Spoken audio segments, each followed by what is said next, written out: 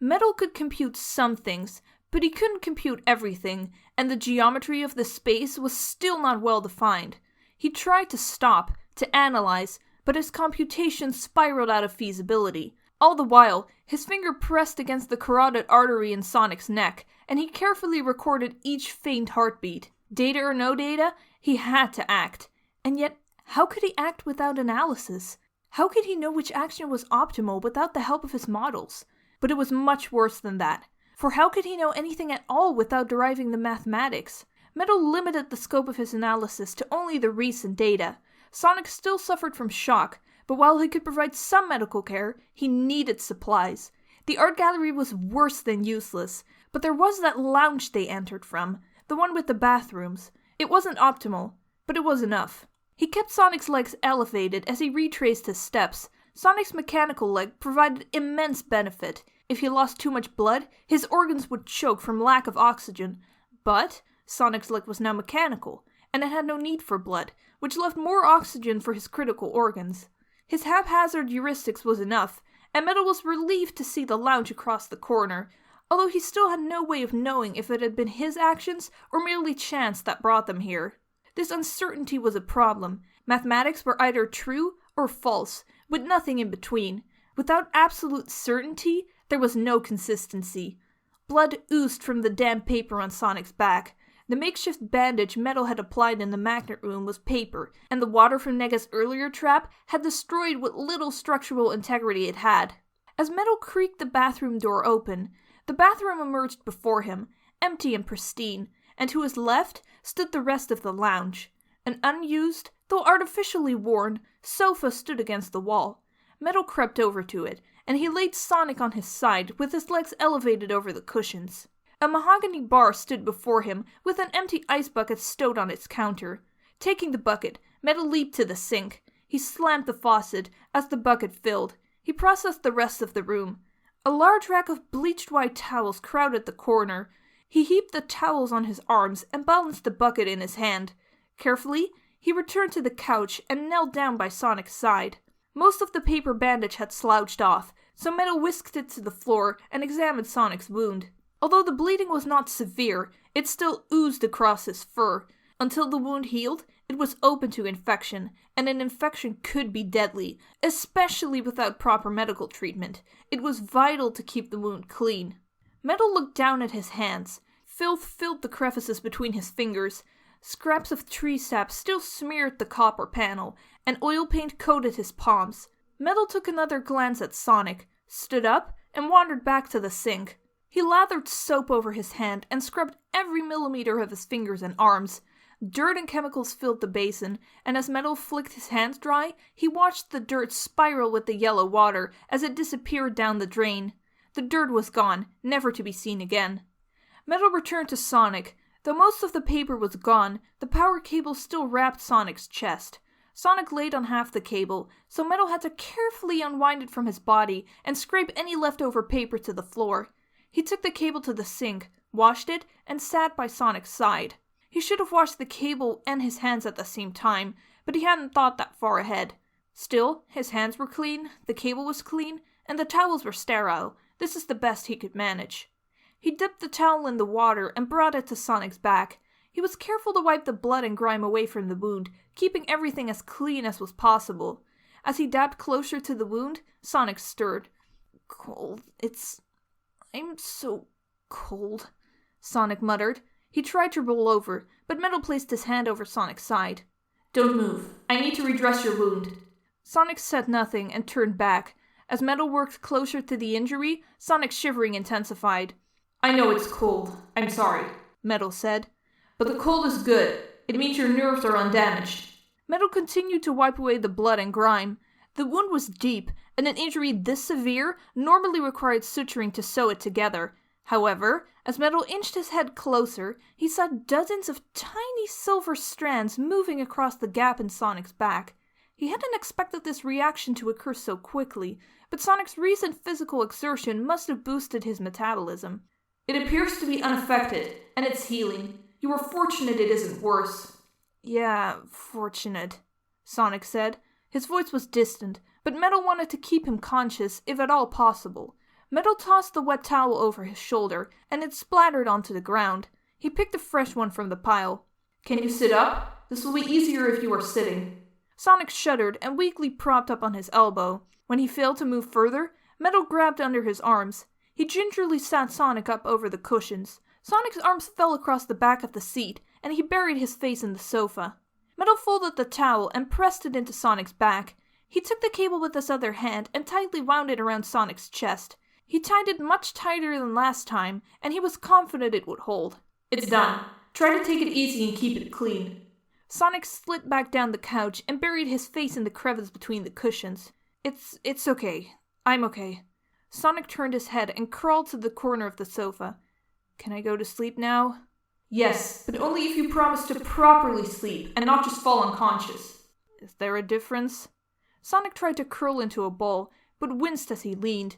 He sighed and laid on his stomach, burying his face further into the recesses of the couch, and shivered. Metal took another clean towel and leaned by Sonic's side. He draped it over Sonic, ensuring it covered all of his body. "Warm?" Sonic turned his head and nodded. Metal nodded in return and sat on the floor next to the couch. His hands wandered to his charging panel. "You didn't answer my question," Sonic said. His eyes peered over the armrest. "About sleep?" Metal took the charging cable and brushed the dirt from the prongs. "Being unconscious is merely a state of deactivation. It is like being powered down, and the body does nothing. But sleep is important. To sleep is the mark of intelligence." He snapped the cable into the power outlet by his side. "The mind is still active during sleep. It uses the time to process and organize all the data generated during the day. It runs the data through its models and learns. Without sleep, the mind could not create memories, and it could not learn. It is a critical process for any intelligent animal." Sonic weakly nodded and fell back into the cushions. Metal turned to the crate strapped to his chest, but as he looked up, he saw Sonic gazing at him again. "So that means you need sleep too." "I need sleep?" "Yeah, you said it yourself. Don't you shut yourself down sometimes?" Metal dropped the crate in his lap. "Yes, I shut down daily to recharge and run routine maintenance protocols." "Then there's no doubt about it. You sleep." Sonic yawned. So you better get some sleep too. Good night, Meds." Metal looked up. He only saw the couch towering over him. "Good night, Sonic." He stared blankly into the dim room. Then he caught a glimpse of his reflection on the shiny surface of the crate. The protocols he ran offline cached the data gathered during the day and updated his models. It was functionally equivalent to how the mammalian brain acted during sleep, and he needed to rest for the same reason Sonic did. So maybe, just maybe, he did sleep. Metal shook his head and fumbled around the inside of the crate. He pulled out the Chaos Emerald detector and the two halves of the Chaos Drive. Both halves glowed dimly yellow, and the closer he moved them together, the hotter and brighter they radiated. The drives made him curious. He had very little data about their behavior, and it still surprised him his plan to entangle himself and Sonic had worked. The drives could have other behaviors, and he needed to know what they were. Picking up the quantum wave function collapse inducer, Metal scooted the drives parallel. He turned the detector on and entered the coordinates of both halves, and the wave functions flashed on the screen. There was no doubt about it. The drives were still entangled, and Metal had not predicted that possibility. Normally, quantum entanglement was short-lived. The particles would lose their connection as soon as they interacted with something else. But the drive was different. Both halves remained entangled, despite everything that had happened. He moved the drives closer again, and the wave function on the detector screen danced back and forth. The drives glowed brighter and brighter, and as Metal tapped them together, the fluorescent ceiling lights flashed. Metal glanced at the ceiling light.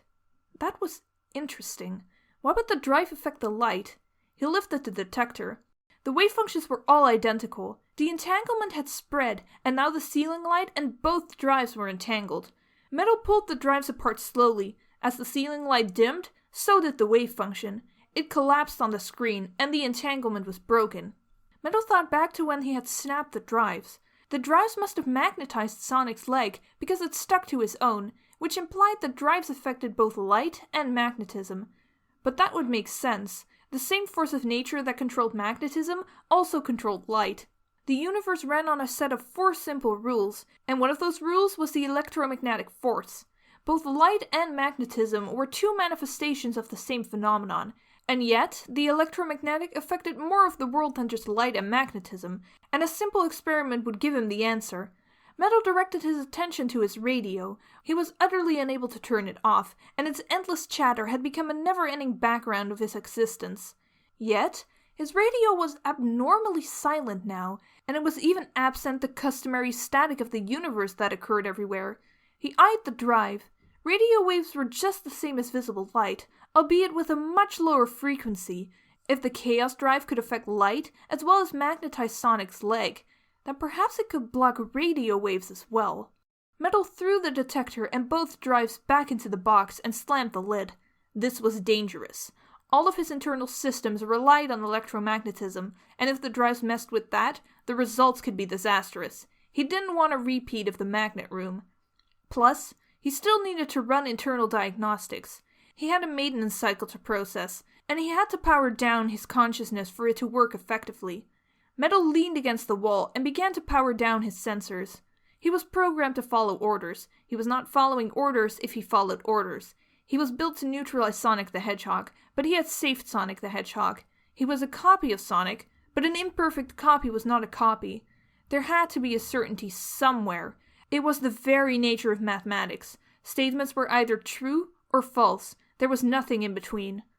Although, it was technically possible he had an error. Perhaps some data was corrupted, and it was throwing off all his computations. Surely that was it.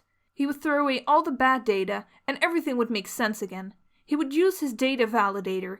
It would tell him if his data and models were consistent.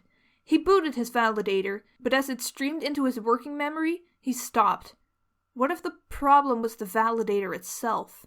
If it worked and there were no problems, it would be true. If it found a problem, it would return false. But what if the validator itself was broken? The results would mean nothing, and he would have no way of finding the error.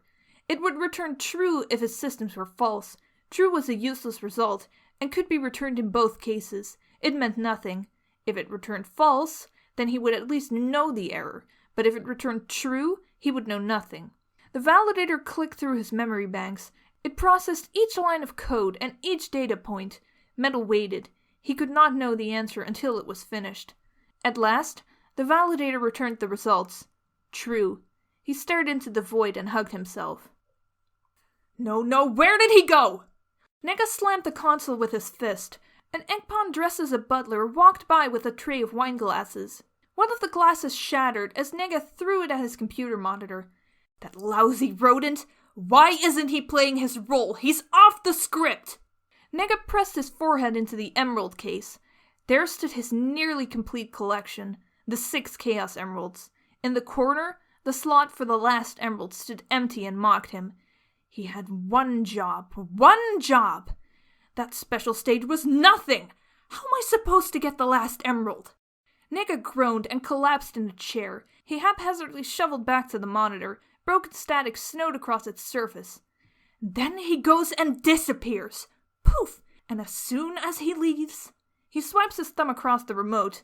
The prison flashed on the screen, then the magnet room and the acid chamber. The next channel should be the museum, but it wasn't. It was only that infertile static. The Eggpon stared at him, and Nega turned to it. I know what you're thinking. Why did I just tune into Paperweight's radio again? My useless counterpart was so inept as to leave it unencrypted. Twisting the knob, Nega turned his radio scanner to the same frequency Paperweight used. It was a simple frequency, and for that, Nega had been pleased. It made tracking Paperweight and Sonic that much easier. The snow continued to scatter across the screen. See? Do you see the problem? The Eggpon continued to stare. Nega screamed and threw the remote control at it. It's jammed! The signal is jammed and I can't pick up a thing! Ugh. Nega threw his hands behind his head and pushed himself away from the console with his heels. The wheels of his chair squeaked as he drifted to the center of the room. It's all fun and games until someone gets hurt. And it hurt me so when Sonic failed to get that emerald. He leapt from his chair and staggered back to the console. A blinking red button flashed on the display, and Nega smashed it between his fists. No more fun, no more games. If that's how you want to play, Sonic, so be it.